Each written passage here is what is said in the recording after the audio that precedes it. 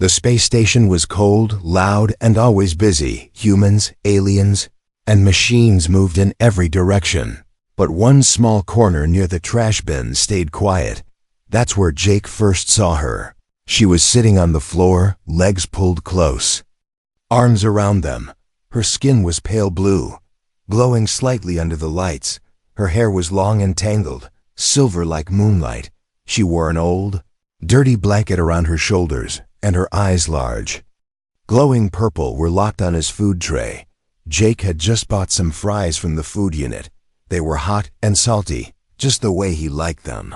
He noticed the strange girl hadn't moved for an hour. People passed by, but no one looked at her. Maybe they didn't see her, or maybe they didn't want to. Jake walked over slowly, holding out his tray. "Hey," he said gently, "you want some?"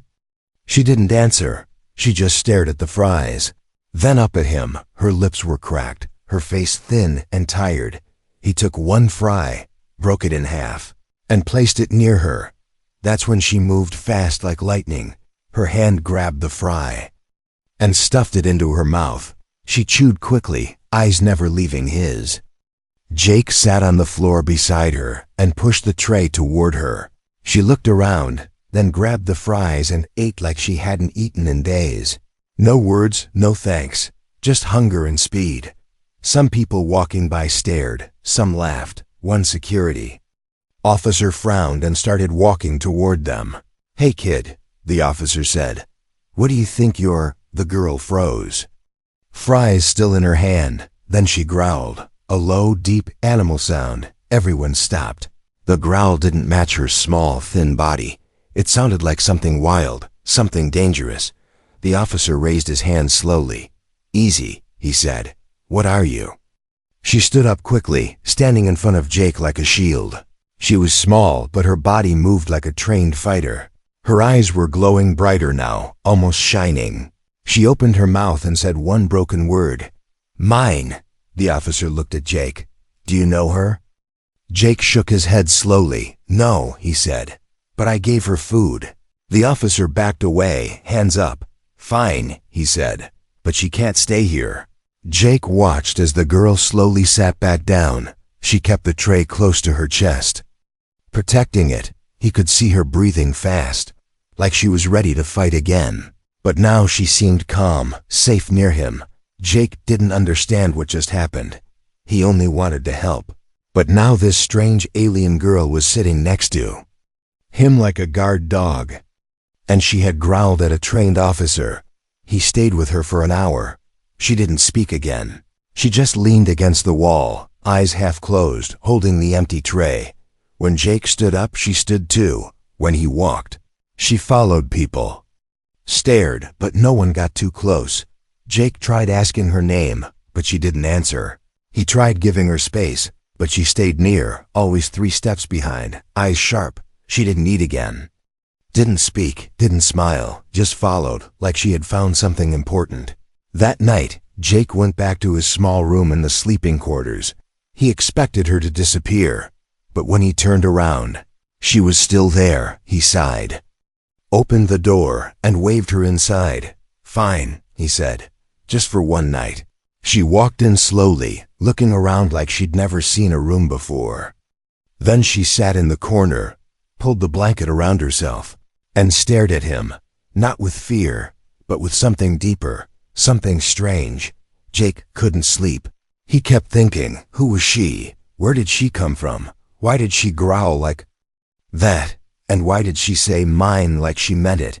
He watched her from the bed. She didn't move, didn't blink much, but he noticed something.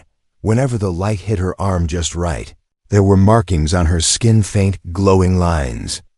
Like tattoos. They weren't human. They weren't decoration either. They looked old, powerful, ancient. Jake felt a chill. He had only shared his fries, but something much bigger had just started, and she was still watching him, eyes glowing softly, like she was guarding something more than just food. Jake woke up to silence, the kind of silence that didn't feel right. He sat up and looked across the room. The alien girl was gone. He jumped out of bed and checked the door, still locked. He looked behind the curtain. under the table, even in the small storage bin. Then he saw the window. She was standing there, her back to him. The stars outside painted her skin with silver light, but something was different. Her hair floated slightly, like it was underwater. Her arms were raised, and her fingers moved in slow patterns through the air. She was whispering, not in English, but in a soft, strange language. Jake stepped closer and saw her eyes in the reflection. They were glowing again, but not just purple. They were shifting purple, gold, then white. The air around her felt warm and heavy. Then, suddenly she turned. In her hand was a small blade, curved like a crescent moon. Jake froze. She looked at him with a hard stare, then slowly lowered the blade. He didn't speak, just sat down on the floor. After a moment, she walked over and sat beside him. She placed the blade on the ground. Between them, it wasn't for him, he realized. It was for something else. He picked up a small snack bar from his bag and held it out. She took it, unwrapped it, and ate slowly this time, not like before. As she ate, her body relaxed. She seemed more human when she ate, less like a weapon. Jake tried to talk to her. "Where are you from?" he asked. She looked at him, then away. He pointed to himself. "Jake," then pointed to her. "You?" She hesitated, then whispered, "Solari." Her voice was soft, cracked like dry leaves. He smiled. "Solari." He repeated. She nodded once, then stared at him again, longer this time. Later that day, Jake took her to the station's lower levels where few people went. He knew someone who might help, Dr. Helena, a researcher who studied alien languages and species. Helena raised an eyebrow when she saw the girl. "She's not from any known race in the database," she said, scanning her. "Her body temperature is higher than human.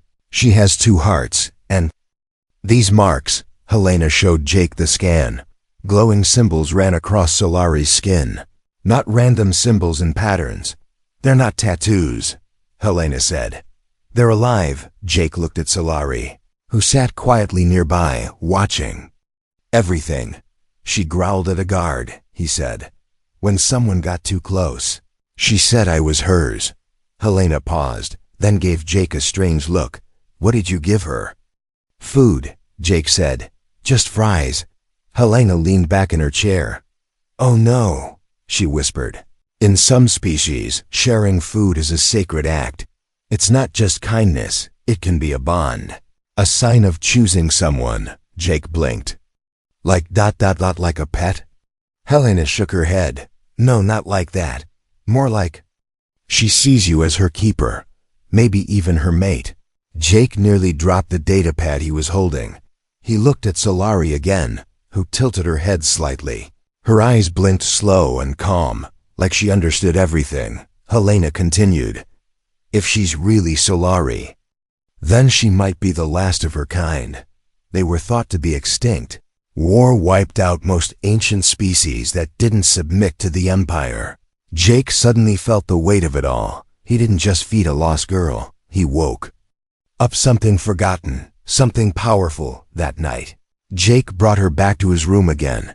She didn't speak, but followed quietly. She walked in without needing to be asked this time. She sat in the same corner, wrapped in her blanket. But tonight, she didn't stare at him. She stared at the door, watching, waiting. Jake couldn't explain it, but deep inside, he felt safer with her there, even if he didn't understand her. Even if she growled at everyone else. He laid down on the bed, looking at her from the side. He whispered her name, Solari. She didn't move. But after a few seconds, she whispered back, "Jake." Her voice was clearer now. He smiled. But before he could speak again, the lights flickered. Then the alarm sounded. Red light filled the room. "Unauthorized breach detected. The system."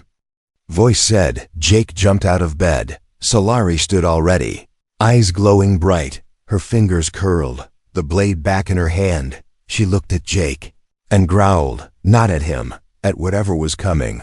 Jake didn't know what was about to happen, but he knew this. Solari wasn't just some lost girl anymore. She was something else, and someone had just made a mistake coming for her. The hallway outside Jake's room was filled with flashing red lights. Sirens screamed, footsteps echoed, and a voice on the speaker kept repeating, "Security breach detected. All civilians stay in place." Jake peeked through the door crack. Guards were running, shouting into their coms. But he saw something strange too, a group of tall figures walking calmly through the chaos. Not running, not rushing, just moving forward like they belonged here. Solari stood beside him, her body tense, her hand holding the curved blade tightly. Her eyes were glowing brighter than ever. She didn't look scared. She looked ready. Jake turned to her.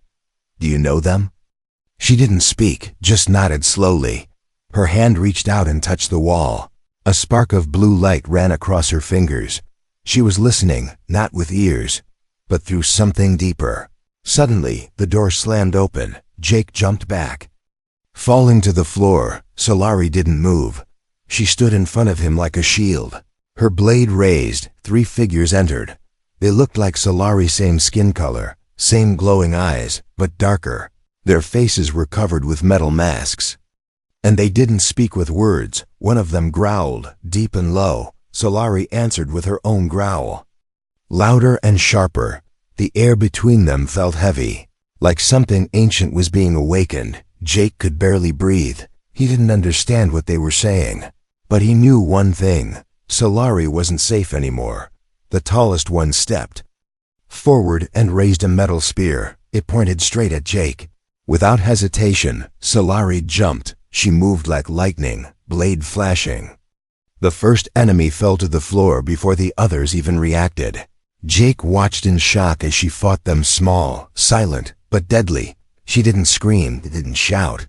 She just moved, fast and precise, like she had done this before, a second.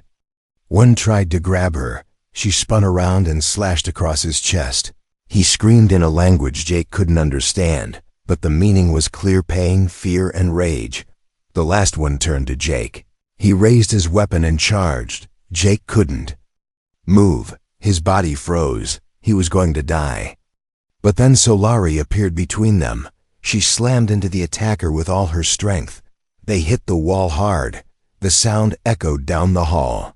The enemy slumped to the ground, unconscious or worse. Solari stood over him, breathing hard.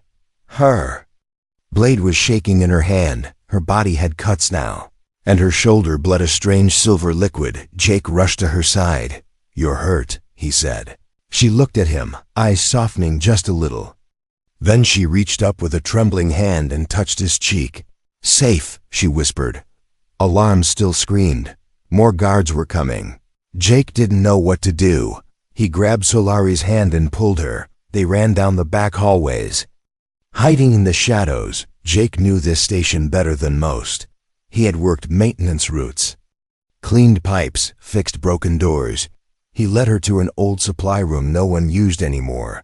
They locked the door behind them and collapsed on the floor. Solari sat against the wall, her body weak.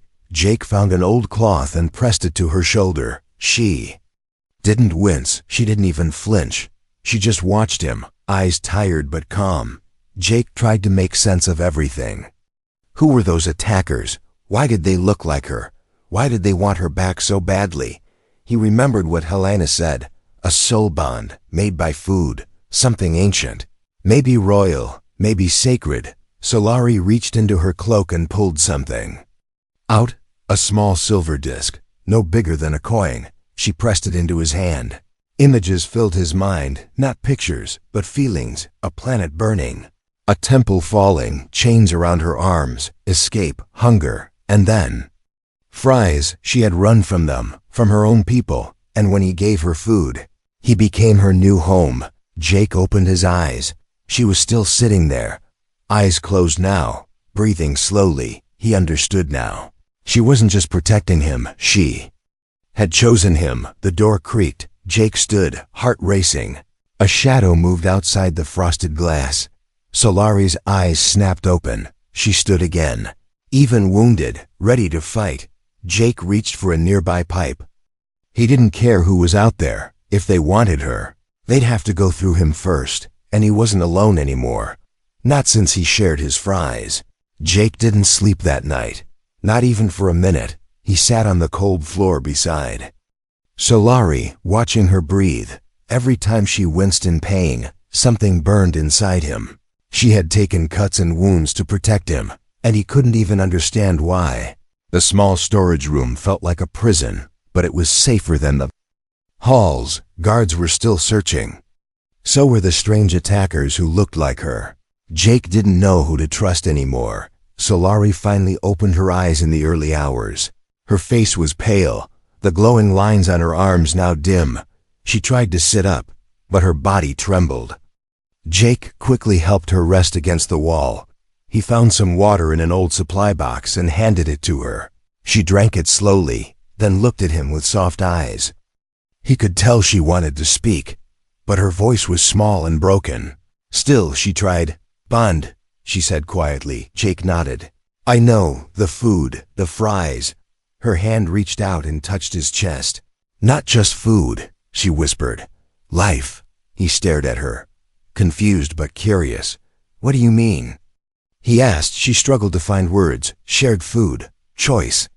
Soul-tied. Your kindness. Now inside me." Jake's heart beat faster. He didn't know if she meant love or something else, but she believed it deeply. To her, what he did wasn't just an act of kindness. It was a connection that could not be broken. A noise outside made them both freeze. Heavy boots. Someone was near. Jake held his breath, but the sound faded after a few seconds. Solari leaned her head back and closed her eyes again. Jake looked at the small silver disc she had given him before. It was warm in his hand. He pressed it gently, hoping to see more. Suddenly, images filled his mind again. A great hall made of crystal. Solari standing before a group of warriors, chains on her wrists, anger in her eyes. A voice booming from a throne. Then screams, fire, escape, and then him. He saw himself through her eyes. A boy sitting alone with a tray of fries. A smile. A soft voice. No fear, no hate. Just kindness. Jake opened his eyes slowly. He understood now.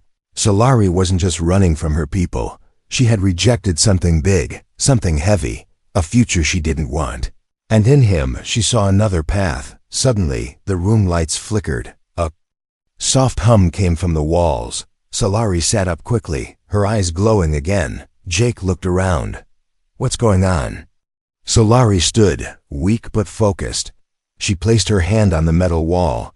The lights flickered again, but then steadied. She turned to Jake and said, "They found us." Jake grabbed the disc and stuffed it in his pocket. He helped Solari to the door. "Can you walk?" She nodded once. They moved carefully through the old corridors. Jake took them through a broken cargo path, one he had cleaned before. It was dusty, dark and forgotten, perfect for hiding. After nearly an hour, they reached the lower docks. This section was quiet, no guards, no cameras. Jake sat her down near some cargo crates and checked her wounds again. Silver blood still leaked slowly. He didn't know how to help her. He felt useless. But then something strange happened. She took his hand and pressed it against her shoulder. He felt a warm pulse, like energy moving under her skin. The glowing lines on her arm brightened, and her wound began to close. Jake stared in shock. "What was that?" Solari smiled faintly. "Your bond heals me." It didn't make sense, but it didn't have to. It was real. As she rested, Jake looked out a broken window nearby. He saw small ships moving in the distance, but one of them stood out. It was black and shaped like a spear. It hovered quietly, almost like it was watching. He turned to Solari. "Who are they?" "The ones chasing you." She opened her eyes and whispered, "Hunters. They want to bring me back." "Back? Where?" Jake asked. She hesitated, then said softly, "To be a queen." The words hit Jake like thunder. A queen? She wasn't just anyone, she was royalty. She looked at him again. "But I chose a different king." Jake's heart stopped for a second. He didn't know what to say. He was just a boy who shared his fries. But to her, that meant everything. And now he had to protect her too, no matter what was coming. She had growled to defend him, Now it was his turn. The docks were quiet, too quiet. Jake could hear the soft hum of engines in the distance, and the occasional creak of old metal. But there were no voices, no guards, no workers, only the silence that comes before something bad. Solari sat on the floor beside a crate, her eyes half closed but alert. Her wounds were healing slowly. Glowing lines on her skin pulsing with soft light. She looked calm. But Jake could feel the tension in the air. Something was coming. He peeked through a crack in the wall. The black ship was still there, hovering like a shadow in the dark. It didn't make a sound, but its presence was loud. He could feel it watching them. Suddenly, a loud bang echoed through the corridor. Jake jumped. Solari stood up instantly, her blade back in her hand. Another bang, then another. The sound of metal. Boots hitting the floor came next. Jake backed away from the door. "They're here," he whispered. Solari didn't answer. She just stared at the door, her whole body ready to fight. The metal door slid open with a hiss. 3 beings walked in. They were different from the first attackers. These were dressed in dark armor with sharp red lights glowing on their chests. Their eyes were covered by masks. But Jake could feel their hate. One of them stepped forward and pointed at Solari. He spoke in a harsh alien tongue, but Solari answered calmly, her voice like steel. Jake didn't understand the words, but the meaning was clear. She was refusing. Again, the soldier moved fast, but Solari was faster. She dodged his strike, rolled across the floor, and slashed his leg. He fell with a scream. The second attacker charged at Jake. Jake grabbed a metal rod from the ground and swung wildly. Hit the attacker in the helmet, making him stumble. Solari jumped between them and took him down with one clean strike. The last one didn't move. He just stood there watching. Then he pulled off his mask. Jake felt his stomach twist. This one looked almost exactly like Solari, same glowing eyes, same silver hair. But his face was colder, sharper, filled with anger. Solari froze when she saw him. She lowered her blade slightly. Jake could see it in her eyes. She knew him. The man spoke her name, not the one Jake used, but something longer, ancient. Solari didn't reply. He stepped closer and said something else. This time Jake could feel the threat in his voice. It wasn't a request. It was a command. Come back or face the cost. Solari raised her blade again. But her hands were shaking. The man looked at Jake and smirked. He said one word in English. "Pet." Jake stepped forward, his fists clenched. Solari moved in front of him, growling low in her throat. The man looked at her and frowned. "You chose him?" he asked. Solari nodded once, slow but strong. "I did," she replied in a steady voice. The man's eyes burned with fury. "You betrayed your bloodline for a human?" "He gave me food," she said. "He gave me freedom," the man raised his hand, and the ship outside began to hum louder. A beam of red light shot down through the ceiling. Scanning the room, Solari grabbed Jake's hand and pulled him back. "We must run," she whispered. "They will take us both." Jake didn't ask questions. He followed her through the back exit, through tunnels filled with dust and old machines. The station shook above them as the enemy ship fired warning blasts. They ran through the darkness, hand in hand, breath fast and wild. When they finally stopped, they were deep in the engine levels. Jake collapsed to the ground. Gasping, Solari sat beside him, wiping sweat and blood from her face. He looked at her. Who was he? She stared at the wall in silence for a moment. "My brother," she said at last. "He was supposed to rule beside me, but I refused their laws." Jake nodded slowly. "And now he wants to bring you back?" Solari shook her head. "No, he wants to break the bond." Jake felt a chill run down his spine. She wasn't just being hunted. She was being punished for choosing someone outside her kind. But even now, she didn't regret it. She looked at Jake and said softly, "You gave me fries. You didn't ask for power, or blood, or a crown. You just gave and smiled." He reached out and touched her hand. "I'd do it again," he said. She smiled. And it was the kind of smile that made the dark engine room feel warm, but far above them, the black ship was still watching, and her brother was not done yet. The engines of the space station rumbled softly beneath their feet. Everything was quiet in the old tunnel, but it didn't feel peaceful. It felt like the moment before a storm.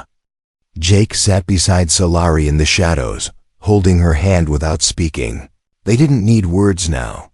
Too much had already been said with actions. Solari looked different now. Not just tired or hurt, but focused. Her body glowed slightly in the dark. The markings on her skin had changed shape, slowly swirling with new patterns. Jake watched them in silence. It was like her body was speaking for her. After a long silence, she whispered, "I didn't want this life." Jake turned to her, waiting. "My people chose who we marry, who we serve, even what we feel. When I was a child, they marked May. The marks were a promise I would be queen, and I would never be free." She looked at her hands like they didn't belong to her. "But I ran, and they hate me for it. They say I broke our laws." Jake spoke softly. "You didn't break anything. You just wanted to choose." Solari looked at him with tired eyes. "You don't understand," she said. "My brother, he didn't just lose a sister. He lost the future they forced on us. He wants revenge, not justice." Jake nodded slowly. "Then we fight." She laughed for the first time in days. It was quiet and sad, but real. "You are strange human," she said. "You gave me fries, and now you stand against kings." Jake smiled. "I didn't know fries were that powerful." She smiled back, but her eyes turned serious again. "I need to show you something," she said. She reached into her cloak and pulled out a thin glass shard, glowing blue. When she placed it between them, it lit up the tunnel with soft light. A map appeared in the air, circles and lines, planets and symbols. In the center was a red star pulsing slowly. "That is the throne world," she whispered. "And that is where my people gather for judgment. If I don't return, they will declare me dead. My brother will take the crown fully." Jake stared at the red star. "Do you want to go back?" he asked. She shook her head. "I want them to see me standing, not hiding." Jake understood. It wasn't about taking the throne. It was about ending the chase, ending the fear. Solari stood slowly. Her wounds almost healed now. She reached out and touched his cheek again. "You have to stay," she said. "I must face them alone." Jake grabbed her wrist. "No," he said firmly. "You don't face anything alone now." Solari looked surprised, but he didn't back down. "You said the bond was real," Jake said. "Then let me be with you, win or lose." She blinked slowly, her eyes glowing with something more than light. Then she nodded once. "Then we go together." They moved through the tunnels toward the old dock control. It hadn't been used in years, but Jake had repaired parts of it last winter. Inside was a small ship, half covered in dust. Barely enough for 2 people, but it would fly. Solari placed her hand on the engine core. It lit up instantly, responding to her touch like an old friend. Jake ran pre-flight checks as fast as he could. The black ship above them was still moving slowly around the station. They had to leave before it noticed. As the ship powered up, Solari sat beside him. She reached into her cloak and pulled out a new symbol, an old crest, glowing with her people's seal. She placed it in the ship's center. It opened a path through the security field. Jake watched in awe. "You still have the royal codes," he said. "I still have the blood they fear," she replied. The ship rose quietly from the dock, moving like a shadow under the station's watch. But before they could escape fully, a voice filled the comms. "Solari," it said coldly. Jake recognized the voice. It was her brother. "You leave one more time, and I will end the human." Solari didn't flinch. She grabbed the comm and spoke with steel in her voice. "If you touch him, I will show you what fear truly means." Then she cut the signal. Jake looked at her. "I've never heard you sound like that." She glanced at him with fire in her eyes. "No one threatens my bond." They flew into the stars together, toward the throne world, toward danger, history, and truth. And Jake realized he hadn't just met an alien girl. He had met someone who would fight a galaxy just to protect a single moment of kindness. And if he had to face her whole world with her, he was ready. The throne world came into view like a rising flame. A red star at its center burned behind the tall black towers of the royal city. Dozens of ships floated above the planet like silent guards, each one stronger and faster than Jake's little craft, but none of them moved. Not when they saw the glowing crest Solari placed on the ship's front. Jake sat in the co-pilot seat, watching in silence. He had never seen a place so big, so sharp, so dangerous, and yet, beside him, Solari looked calm, not because she was unafraid, but because she had made her choice. The ship landed in a circle of dark stone. Guards waited there, all in black armor, all holding weapons, but none attacked. They only watched as Solari stepped out slowly, head high, eyes glowing. Jake followed her, feeling every stare cut through him. The palace doors opened by themselves. Inside was a room made of crystal and shadow. Hundreds of figures sat in high chairs. Some were elders, others warriors, and at the center sat her brother. He stood as Solari entered. His voice echoed, cold and sharp. "You returned to stand trial." "I returned to end it," she replied. Jake felt small in that room. He wasn't supposed to be there. He didn't belong in their laws or their power. But Solari had brought him anyway, and no one dared stop her. Her brother pointed at Jake. "That thing has no place among us." Solari stepped in front of Jake like a shield. He shared food with me, she said. He offered kindness without asking for anything. "And because of that, I chose him." Gasps filled the room. One elder shouted, "The bond is sacred. You cannot give it to an outsider." Solari raised her hand. "I did, and I will not take it back," her brother's voice thundered. "Then you are no longer of royal blood." Solari looked at him with eyes that no longer trembled. "Then take the crown," she said. "Sit on your cold throne and rule those who obey. But I will live free." Jake didn't understand every word, but he felt the meaning in the silence that followed. Her brother stepped down, walking toward her. Everyone tensed. He stopped just a few feet away and stared into her face. "You're willing to be hunted for this human?" Solari smiled. "I was hunted while obeying you," she said. "At least now, I have someone worth running with." The brother looked at Jake. His eyes narrowed. Then without warning, he raised his arm. A flash of red light flew from his palm. Jake felt the burn before he even hit the ground. Pain shot through his side. He gasped, reaching for breath. Solari screamed. A sound not like a growl this time. It was pain, pure and deep. She rushed to Jake and dropped to her knees. He was still breathing, but barely. Her hands pressed to his wound. But it was her tears that glowed brightest. Blue light spilled from her eyes and poured into his chest. The markings on her arms burned gold. Everyone in the chamber froze, even her brother stepped back. The floor around them cracked. Light rose from the ground beneath her feet. She wasn't just royal. She was something older, something they thought no longer existed. One of the elders whispered, "She's awakened the blood of the first bonded." Solari's voice echoed across the room. "You hurt my bond," she said. "Now feel what that cost." Waves of light burst from her hands. Not to destroy, but to heal. Jake's eyes opened. Slowly, painfully, he gasped, breathing again. He looked at her, confused. "You saved me," she smiled, tears falling. "Again, I was never yours to protect, Jake. You were mine." Her brother dropped his weapon and stepped back. For the first time he looked afraid. Solari stood, holding Jake's hand. She turned to the elders and said, "You may keep your throne. I do not need it. I have what you cannot. Control." Then without waiting for permission, they turned and walked out. The great doors opened silently. No one followed, no one dared. Back on the ship, Jake rested. Still weak but alive, Solari sat beside him, brushing her fingers along his arm.